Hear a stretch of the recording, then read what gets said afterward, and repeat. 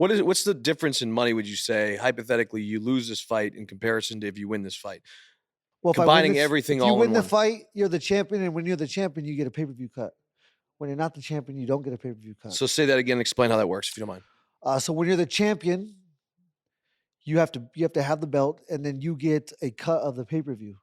And if you're not so tomorrow or Saturday night, Charles Oliveira will get a piece of the pay-per-view, and I will not. What kind of money? What kind of money is in that pay-per-view cut?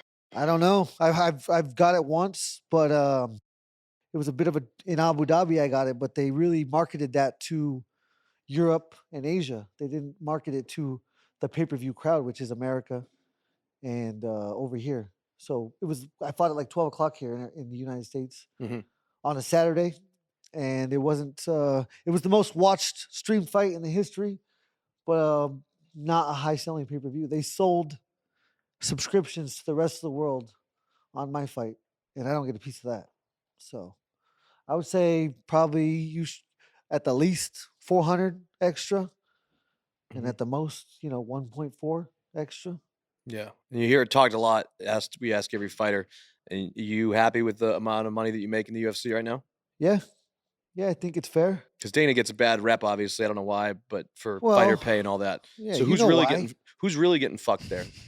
We're all. I mean, my coach Luke, he fought in the UFC in 2002, and he got paid. Dana gave him a bag of Skittles and a bag of peanuts. Pretty much.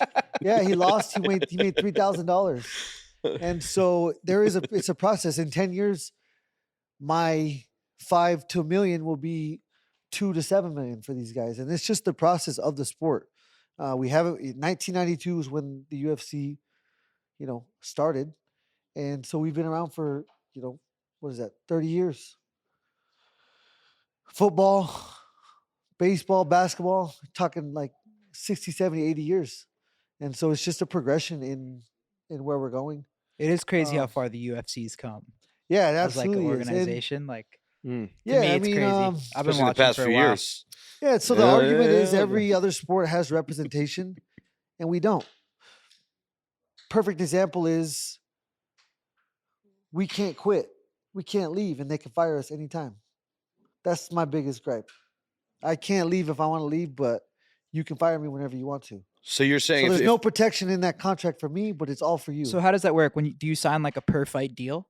No, it's 3, 4, 5, 6, 7, 8, whatever they can. So if you're locked in for 6, then you have to fight 6, or else you can't leave. And then you're in Francis Ngannou's position where you gain the belt, and it's automatically extended. He fought all his fights. He fought 8 fights. He was on an 8-fight contract, and now he's still stuck. And I don't think that's fair, but that's where we are. We've come a long ways, though, in that regard. I guess the UFC has a lot of leverage, right? All the leverage. It's Dana's way of the highway, which is. I don't blame. Hey, if you're a 4, 5, 6, 7, $10 billion company, you have to run it like a 4, 6, 7, 8, $10 billion company, and we have to fight for what we get. Anytime I have a good hand of cards in my hand, I gotta go all in.